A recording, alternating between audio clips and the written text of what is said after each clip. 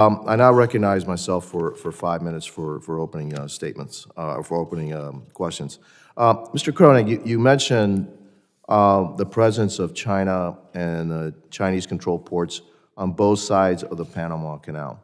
How does that pose a threat to the United States? Well, I think it poses a number of challenges. One, to the topic we just discussed, China is shipping fentanyl precursors through the Panama Canal. Second, by operating the ports there, including with surveillance technology, Chinese surveillance technology, they're using that to collect information that's going back to Beijing. May not be classified information, but it's sensitive that China could use to exploit for an intelligence advantage. China could seek to hinder trade through the canal, which would have negative economic consequences for America's well-being.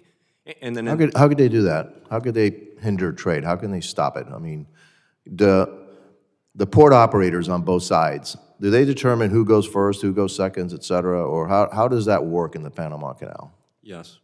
Well, in terms of the specific operations, some of my colleagues may be better able to speak to that, but halting, disrupting trade in a place like that would not be very difficult. I think we've seen in other cases where ships get stuck in, say, the Suez Canal, global trade really takes a hit. And so I think there are a number of things they could do to hinder trade, such as putting a ship in the canal and not letting other ships go through. And so there's the economic dimension, and then there's the military dimension in the event of a crisis or war, hindering U.S. naval vessels that could make it more difficult for the United States to project military power where it needs to go. Fair enough. Dr. Berg, in terms of the presence of China, the ever-increasing presence of China in infrastructure, especially in ports, my first question is, where were we? Because when I visited Peru, and I know they have a huge port they just constructed in Peru, they're actually putting out an RFP for the second port down in South Peru, and they want us to participate. They really want us to participate. Where has the United States been for the last, I guess, 2 to 3 decades down in South America?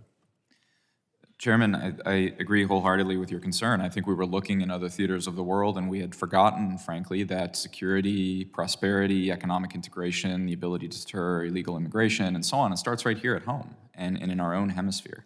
So I welcome this administration's focus on the Western Hemisphere, what seems to me a very intense focus on the Western Hemisphere. I think it's proper, and it's about time we spend more time looking into not just our security, but also our commercial diplomacy in this hemisphere. The problem, Mr. Chairman, is that we're playing from behind now because we've focused on other theaters of the world for 40 or so years at least.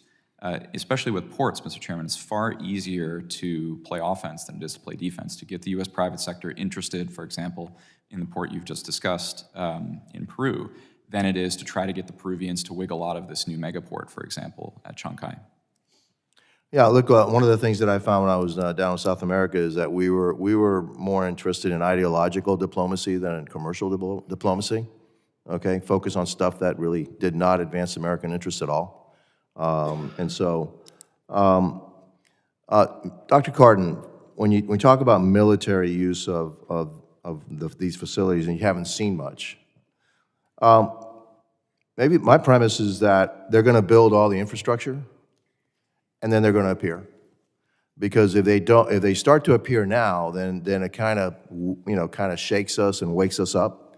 But they are building that infrastructure, right? The ability to somehow then project power into our own hemisphere. They have the largest Navy in the world right now. They're building more and more ships, completely outpacing the United States in terms of other ship production. Their large Blue Navy ship production completely outpaces us here in the United States. And so, is there a threat to that? They're building the facilities. Will one day, all of a sudden, we'll see a bunch of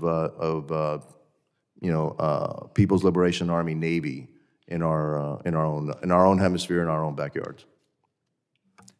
Chairman Giménez, you're absolutely correct that pretty much any commercial port is intrinsically dual use, particularly the modern facilities that Chinese firms are constructing, owning, and operating in the hemisphere. But as you also note, there's been relatively minimal PLA operational activity in this hemisphere. And while I agree that it's possible for them to do it on relatively short notice, sailing across the Pacific.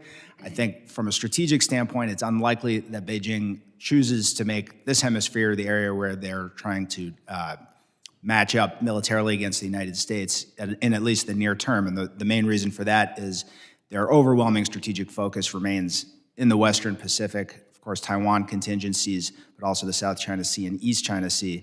So while I think it's a reasonable concern and one that ought to be monitored, I think it's somewhat unlikely that they attempt to project large amounts of power into this hemisphere. I agree with you on short term. My time is up, and I'll just make one final statement, is that the Chinese have a very long-range point of view, and that they look at things 100 years ahead, not like us, we look at things 2 years ahead. And so with that, I'll yield, and